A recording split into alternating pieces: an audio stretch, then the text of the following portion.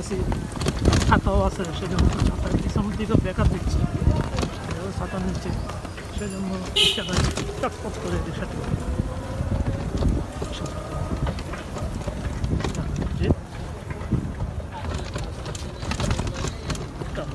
দিয়ে আমরা এখন যাবো সোজা যাবো। অবস্থাটাও বেশি ভালো না, কিছু কিছু কালভার্ট খুব অকেজন দিয়েছে, একটা রাস্তাটা খুবই খারাপ।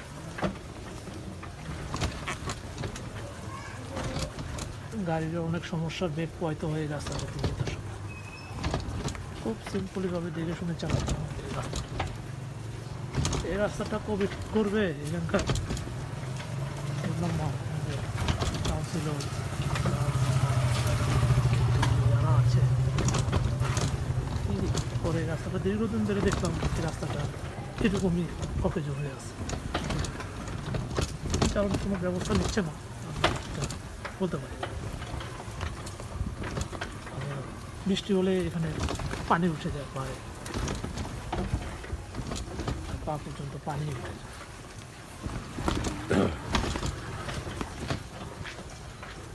আস্তে ধীরে যায়েন ভাই, রাস্তাটা তো বেশি ভালো।